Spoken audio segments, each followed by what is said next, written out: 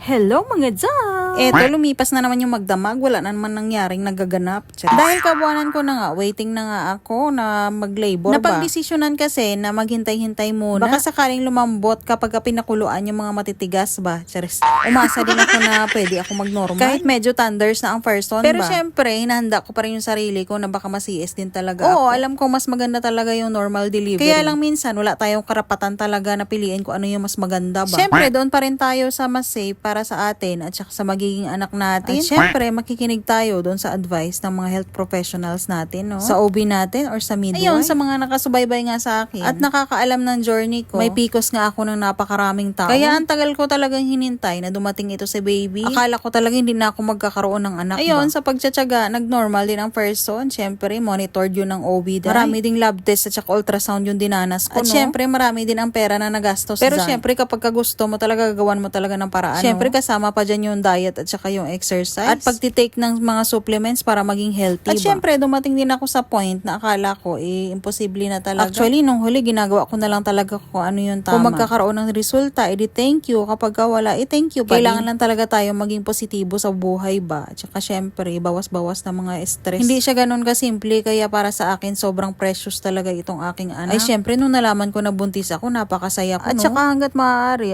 iniingatan ko talaga. Kinailangan ko lang talagang bumalik nun sa Saudi kahit buntis na ako. Ayun, na-survive din naman namin kahit nagtrabaho pa ako kahit buntis na ako noon. Kaya ito si baby, nakadalawang sakay na ito ng eroplano kahit hindi pa lumalabas. Pa-due date ko na pala itong araw na ito. Kaya i-check nga ako ng sinundang araw kung ano ba ang magiging desisyon namin sa mga buhay-buhay. Kasi Jai, parang wala pa talaga siyang balak. Masaya pa talaga siya sa loob magsipa-sipa ba. So yan, balik na pala tayo sa video. Kumain na nga pala ako dyan. Pagkain ko, the usual, init-init ng sabaw at saka yung saging na sabaw. Sinusunod ko pa rin yung diet. Kasi nagbakasakali talaga akong kayanin ko mag-normal ba. Kaya lang syempre, kung ayaw niyang humilab, anong gagawin ba? Ito na pala yung bubong na tinanggalan ng kisame ng sinundang araw. Dahil napagod na ako nung araw na yun, hindi ko nga nalinis yung mga bagay-bagay dito, puro alikabok. Sinisikap ko rin talagang linisin yung mga bagay-bagay para kapag nanganak ako, malinis ang bahay ba. Tinanggal ko na nga at pinunasan isa-isa yung mga nakapatong dyan. So dyan ko lang talaga nilagay muna yung mga abubot, no? Kasi wala ngang lalagyanan. Ganyan talaga kapag nagsisimula pa lang at saka nagbabahay-bahayan pa lang ba. Dahil nga wala nga dito si Dudong, hindi nga rin ako makapag-decision at mag-finalize ng mga bagay-bagay. At syempre, kailangan din ng budget, no? At sa ngayon, may mga bagay syempre na kailangang unahin tulad nitong panganganak ko. At syempre, ang mga due date. Hindi ko patansyado ang mga gamit ng mga bagay-bagay ba. Syempre ba, kahit dalawa lang kami dito sa bahay, kapag pinaandar mo yung mga gamit dito, kakain pa rin ng